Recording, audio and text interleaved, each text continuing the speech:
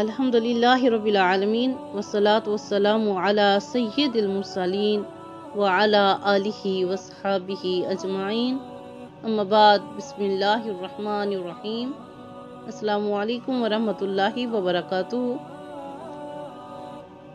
سامعین کرام، میرا آج کا موضوع ہے ایام بیس کے روزوں کی فضیلت، یعنی کہ اسلامی مہینے کی، چاند کے مہینے کی ہر 13، 14، 15 تاریخ کو ایام بیس کہا جاتا ہے۔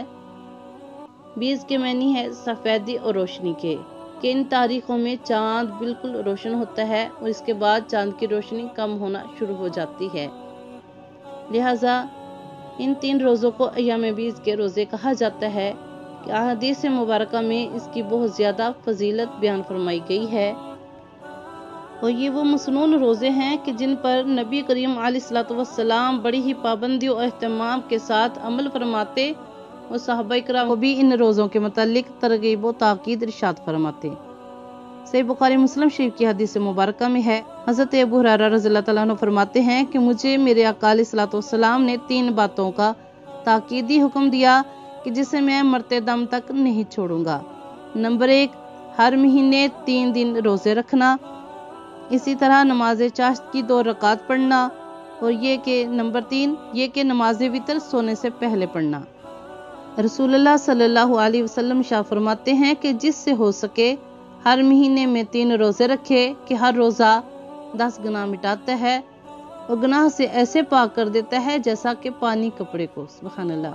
دوسری حدیث مبارکہ میں آپ نے ارشاد فرمایا کہ جب مہینے میں 3 روزے رکھنے ہوں تو 13، 14، 15 تاریخ کو روزہ رکھو۔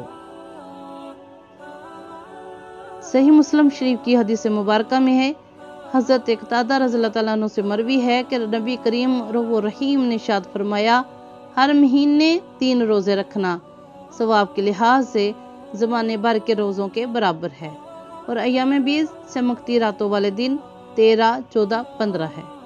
ایک موقع پر نبی کریم علیہ السلام نے ارشاد فرمایا کہ رمضان کے روزے اور ہر مہینے کے 3 روزے سینے کی خرابی کو دور کرتے ہیں۔ سبحان اللہ۔ اس حدیث مبارکہ کو امام احمد و طبرانی نے روایت کیا ہے۔